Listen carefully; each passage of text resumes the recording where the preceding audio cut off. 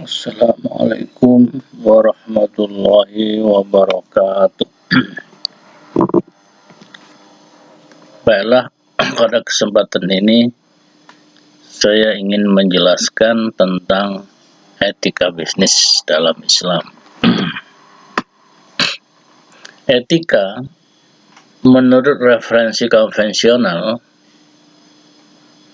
menurut referensi pada umumnya adalah keyakinan mengenai tindakan yang benar dan yang salah, serta tindakan yang baik dan yang tidak baik atau buruk yang mempengaruhi hal lainnya.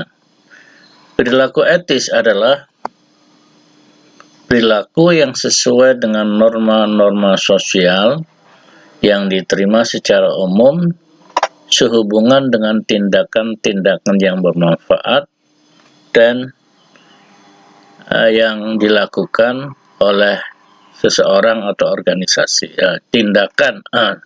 Saya ulangi, perilaku etis adalah perilaku yang sesuai dengan norma-norma sosial yang diterima secara umum sehubungan dengan tindakan-tindakan yang bermanfaat dan yang membahayakan. Jadi, etika bisnis adalah perilaku etis atau tidak etis yang dilakukan oleh seseorang atau organisasi. Dalam Islam,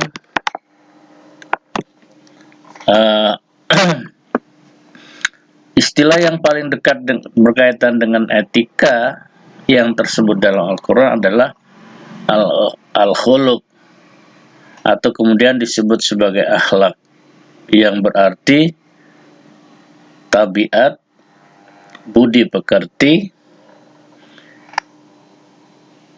kebiasaan, kesatriaan, dan keprawiraan. Akhlak menjelaskan arti baik dan buruk.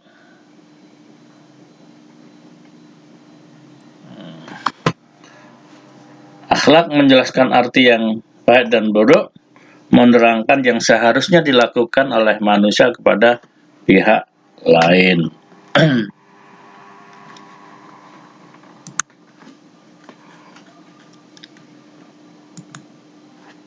Islam adalah risalah yang diturunkan oleh Allah melalui Rasulullah Shallallahu Alaihi Wasallam, Muhammad Shallallahu Alaihi Wasallam, untuk seluruh umat. Islam tidak memisahkan ilmu dengan akhlak, politik dengan etika. Sebagaimana sabda Rasul, innama bu'itsu liutammima makarimal akhlak. Sesungguhnya aku diutus adalah untuk menyempurnakan akhlak. Jadi akhlak itu merupakan substansi dari ajaran Islam. Jadi kalau kita betul-betul menjalankan ajaran Islam, sebetulnya isinya itu adalah akhlak. Dalam berkegiatan ekonomi juga harus berakhlak. Islam juga tidak memisahkan akhlak dengan ekonomi. Rasulullah SAW telah memberikan tauladan, contoh akhlak dalam bidang ekonomi. Ia selalu jujur, adil, tidak pernah mengecewakan pelanggan, sehingga pantas dijuluki Al-Amin. Ia selalu menepati janji dan bertanggung jawab dari setiap transaksi yang dilakukannya.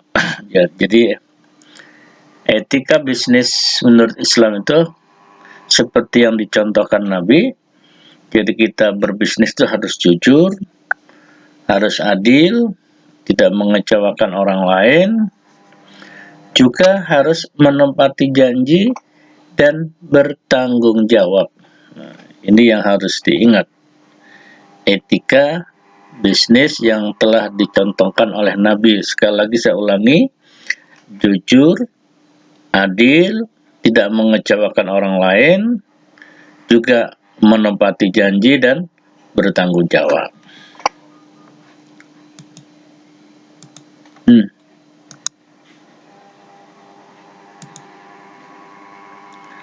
Jadi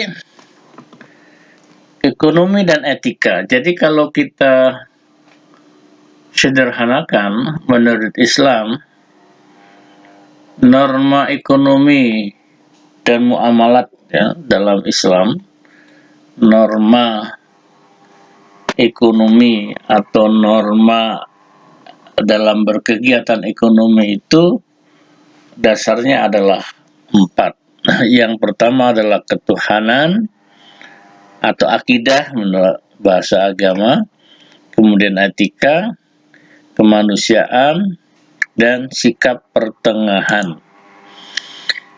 Ekonomi Islam adalah ekonomi yang berlandaskan ketuhanan. Sistem ini berawal dari Allah. Dalam pelaksanaannya harus selalu mengacu pada tuntunan Al-Quran dan hadis. Ya, misalnya ketentuan bank, misalnya kalau menurut Islam dalam Al-Quran itu ada ayat wa halallahu al-bai'a wa harramar riba.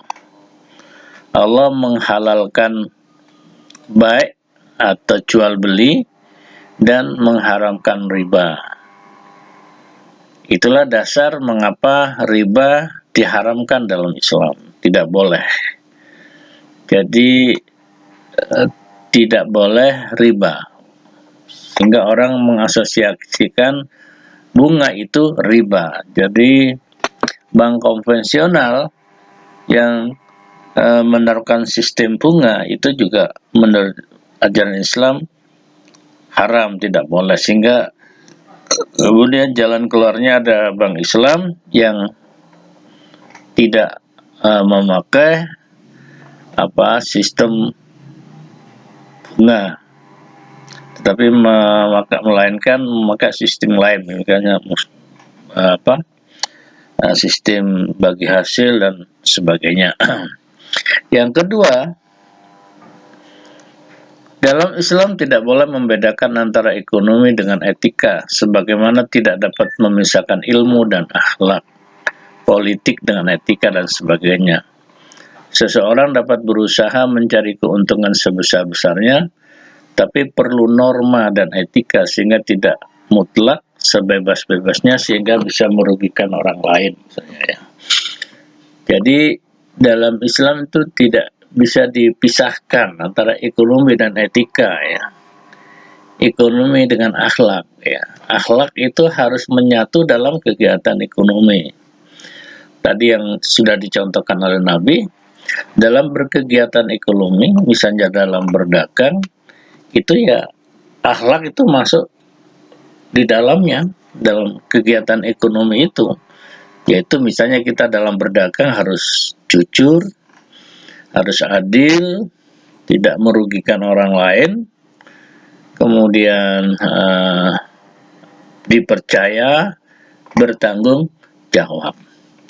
Ini tidak bisa dipisahkan ekonomi dan akhlak, tetapi menyatu ya. Dalam kegiatan ekonomi kita harus berakhlak.